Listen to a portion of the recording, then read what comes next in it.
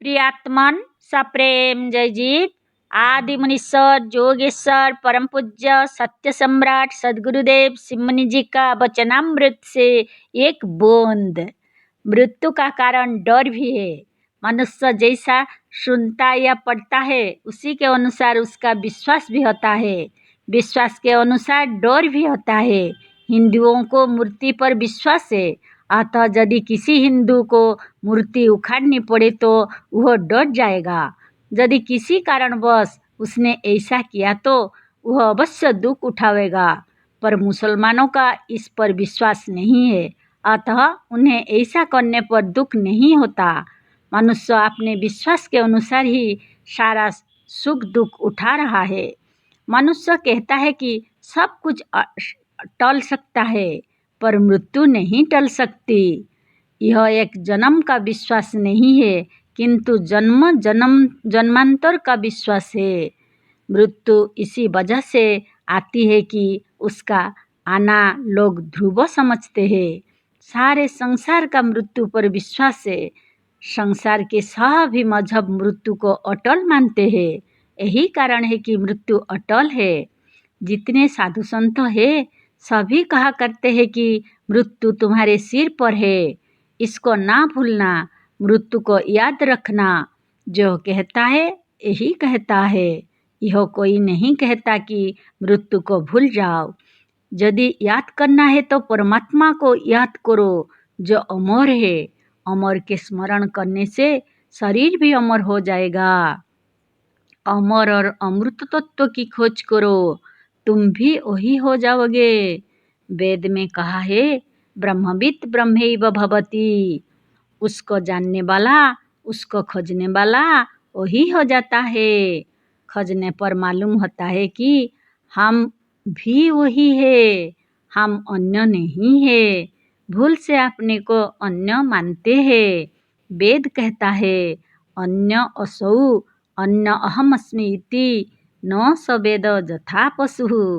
मैं अन्न हूँ, वह ईश्वर अन्न है, ऐसा मानने वाला वेद के अनुसार पशु है। वेद वेदांत और उपनिषद का यही मुख्य सिद्धांत है कि मनुष्य ब्रह्म है, अन्य नहीं। ब्रह्म अमर है तो हम भी अमर है। यदि ब्रह्म नहीं मर सकता है तो हम भी नहीं मर सकते। दोहा राम मरे तो हम मरे, ना तोरू मरे बोलायो। साँचे गुरु का बालक का मरे ना मारा जाए। कैसा अच्छा सिद्धांत है। इन बातों को तत्व से समझो, इनमें तत्व है। ये निरर्थक नहीं कहे गए हैं, ये पागल के वचन नहीं है।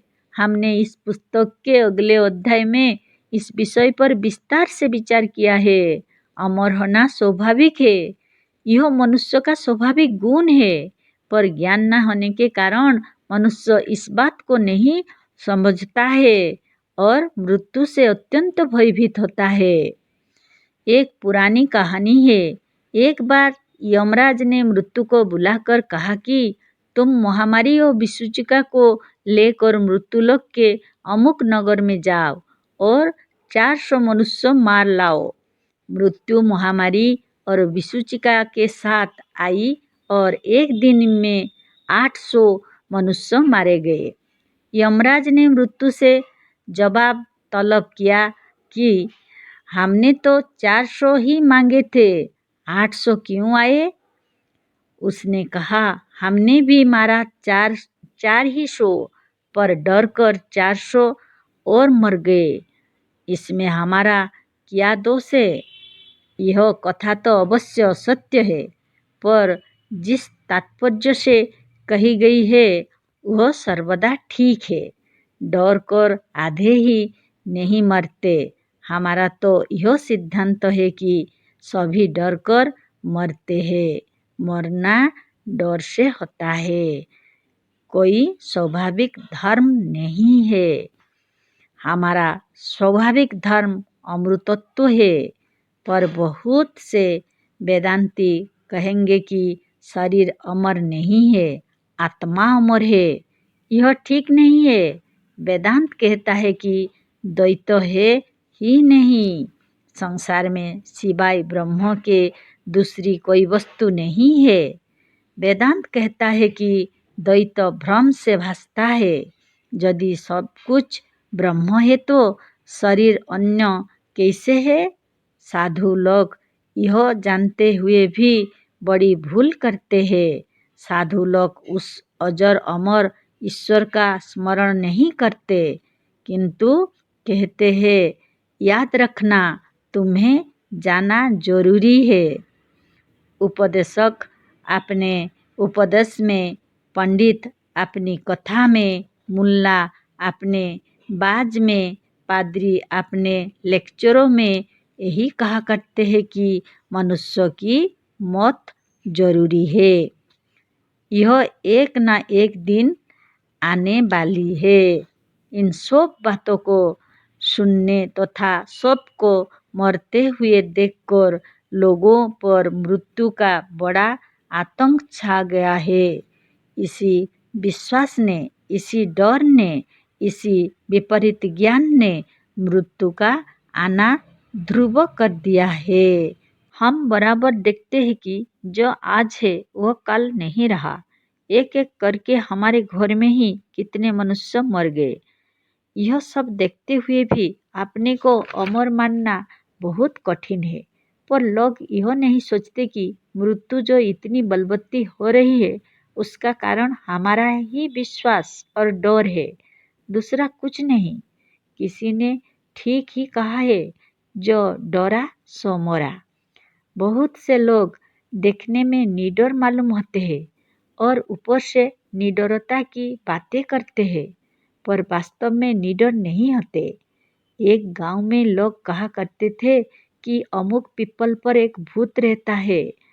एक दिन रात में बात आने पर एक युवक ने कहा कि भूत सूत कुछ नहीं, सब गप है। लोगों ने कहा, क्या तुम उसी पीपल के नीचे अर्धरात्रि में जा सकते हो? उसने कहा, अवश्य जा सकते हैं। लोगों ने कहा कि अच्छा, आज रात में तुम जाओ। और प्रमाण के लिए लोगों ने एक खूंटा दिया और कहा है कि इस खूंटे को पीपल के नीचे गाड़कर चले आना।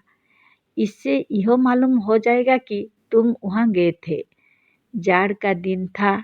युवक एक लंबी शेरवानी पहने हुए था। अर्धरात्रि को वह खूंटा और मुंगड़ी लिए उस पीपल के नीचे आया। युवक पीपल के नीचे आते ही डर गया। उसने चाहा कि खूंटा गाड़कर शीघ्र भाग चले।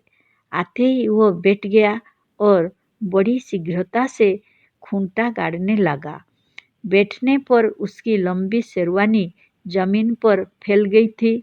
जल्दी में उसने इस बात का ख्याल नहीं किया। खूंटा गाड़ते समय एक चमगादड़ ने एक पीपल के पत्ते को हिला दिया। युवक बहुत डर गया, रोम रोम खड़े हो गए, बेत की तरह कांपने लगा, शरीर में खून ना रहा। खूंटा गड़ जाने पर चाहा कि शीघ्र वहाँ से भाग चले, पर वह तो बेतरह फंस चुका था। जो ही भागने के लिए उठा, उसे मालूम हुआ कि भूत ने हमें पकड़ लिया है। बस बेहोश होकर गिर पड़ा और वही मर गया। सवेरे लोग आए और इस करुणाजनक घटना को देखकर अत्यंत दुखी हुए। एक विद्वान ने कहा है, भूत और मृत्यु का दूसरा नाम डर है। विश्वास रखिए कि जिस शरीर के रोम रोम में अविनाशी ईश्वर व अमर आत्मा व्यापक है, वह कभी मर नहीं सकता।